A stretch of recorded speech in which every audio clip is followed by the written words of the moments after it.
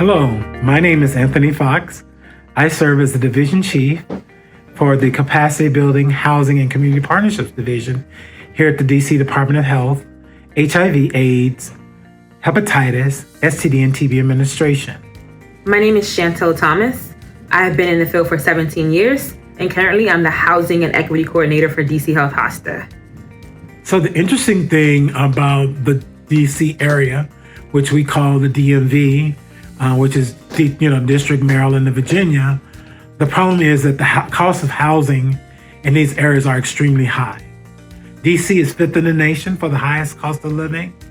Maryland is 9th, and Virginia is 14th. That's the issue that we run into as a provider. And just think about what that does to a client who's trying to maintain their health and also to stay healthy.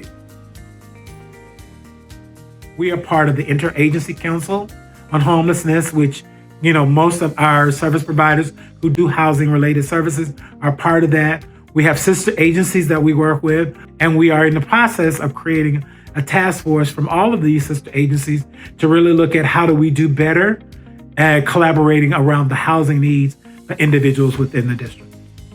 We have really sought to create an integrated plan that addresses not only the care and treatment of a person who's living with HIV, but we've also begun to look at how do we address their prevention needs, those persons who may be at high risk for acquiring HIV. And so our integration has really moved to the next level in looking at PrEP and PEP and some of the other biomedical and or structural interventions around prevention that we can look at to support with housing related services and housing needs of individuals.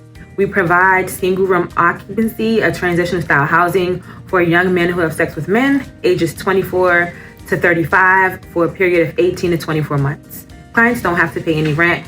We encourage them to save about 30% of their income so that at the end of the program, they're able to transition to a more stable housing setting, independent of services that we have been providing.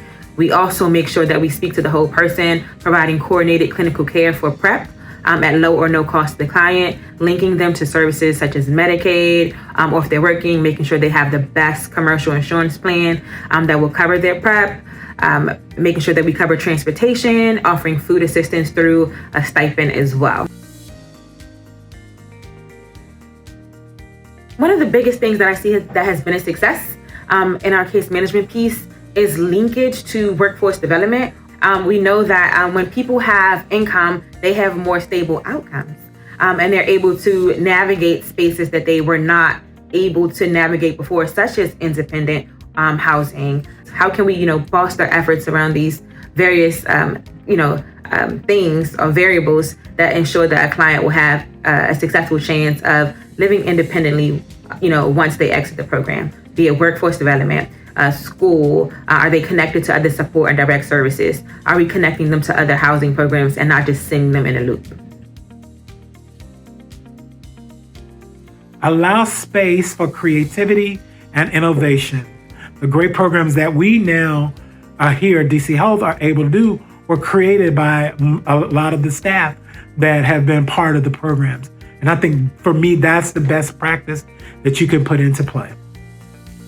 Service the whole client, bringing non-traditional partners to the table so that you can speak to the need of that client. Where the client is, that's where you want to be.